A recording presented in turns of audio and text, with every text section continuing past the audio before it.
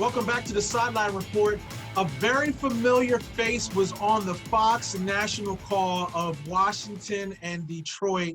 A very familiar face to the DMV. Dan Hellie, a native of Montgomery County and former Channel 4 WRC anchor and reporter, got a close-up and personal look at the franchise that he's still so passionate about. And he joins us now from his home in Southern California. My brother, it has been too long, and it is so good to see you. Sweet Lou Holder, always a pleasure, my friend. Happy to be on the show, and great to see you looking awesome as always. Hey, excellent. It was great to hear you on the call of Washington and Detroit. We had a blast, man. What a game it was. It was. So let's talk about, let's do micro first on the game, and then we'll end up with some macro of the league as a whole. So, Dan, when you were here, there was problems. When you left, there was still problems with the franchise, and it still seems that it's the same thing, even with that great game. Offensive line, defensive line, not so much the quarterback play in this game, but that story is another whole interview altogether. Coaching, what did you see, bird's eye, close up? What did you see from Washington that you saw that was good, and you saw that was, that was the same when I was here covering it on local level? I don't know if it was the same when I was there, but it's been the same this year. Their struggles in the first quarter. They drove down there on their first drive and were in scoring position. And all they had to do was kick a field goal. They could have kicked it on second down and they would have scored on their opening drive for the first time this season. Yet they lost 24 yards on back-to-back plays that knocked them out of field goal range. So for another week, they didn't score on the opening drive, and then they miss a field goal. And so that hurts them. And they're down 24-3. And I'm thinking we're going to empty the bucket on all of these topics that we have discussed in our production meetings. Talk more about the Alex Smith injury in terms of how incredible it was that he's coming back. We didn't even talk about Ron Rivera's battle with cancer, which is just, it's miraculous that he did not miss a day. Mm-hmm. And talking to him on the Zoom calls, he just thought that was normal. And he said, there's probably 10 days that I felt like I should have missed, or I didn't really want to go to work that day, but I didn't want to be that guy. I was going to go in, I was going to fight through it. He's talked about this numerous times, how his daughter and his wife have really helped him throughout this process. And he didn't miss a day of work. Truthfully, he probably should have missed several. He said there were, like I said, he said there was 10 where he just felt like crap. Mm. So we got to the point where we were talking about some of these elements that we were going to start discussing in the game. The NFC East race, Matt Patricia and his job status in Detroit. He's won 12 games out of 40, going into this one. And then the game started getting good. And Washington scored a touchdown. And then they had a big third down stop. And I thought one of the really cool things that Aqib did was he said, there's a momentum shift right now. As a player, you can feel that shift. If they get this stop here on third down, he goes, that's huge for Washington. He goes, and they got it. He goes, I'm feeling the shift now. They drove back down and they scored. Yeah. And then they came back and they tied it up.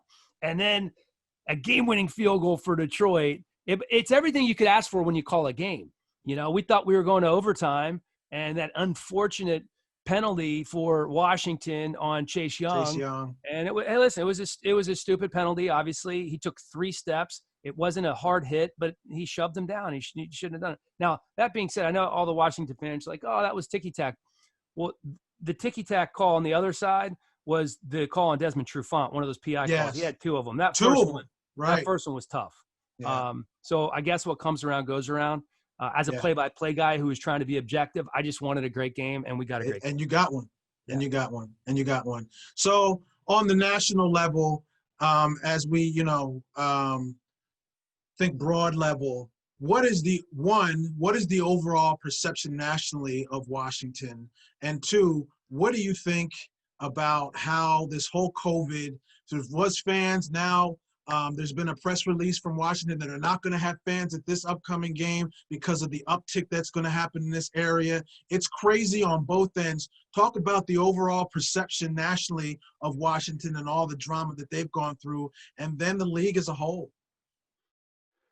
Well, I think that certainly nothing is a surprise when it comes to drama surrounding the Washington football team. I think one thing that, from a national perspective, that is universal is the respect that people have for Ron Rivera, and the fact that I think that's a really good hire. And it's been talked about a little bit, but I don't think from the national landscape is focused on the fact that Ron Rivera got thrust into a nearly impossible situation. You have the debate that's going on with ownership. You had the name change.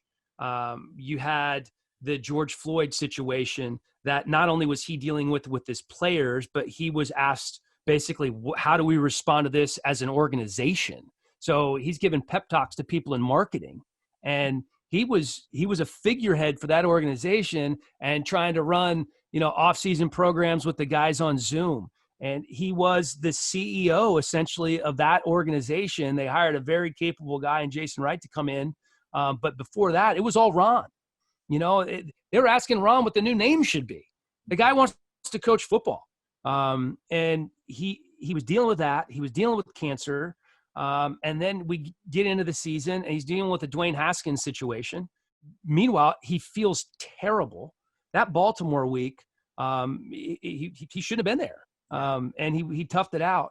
And I think that people believe that Washington has the right guy in charge, and that if he can get some help in the front office, some help on the business side, and he's able to focus on football, that things are going to get turned around. It's going to take a minute.